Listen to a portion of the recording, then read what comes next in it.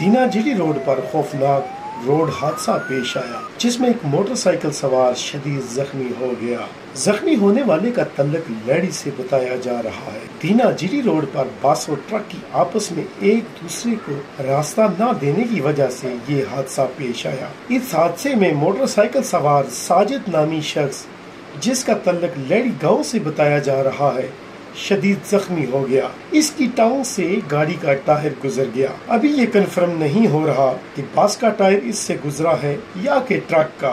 Rescue 1112 मौके पर पहुंच गई, मगर अफसोस रवायती अंदाज न बदला।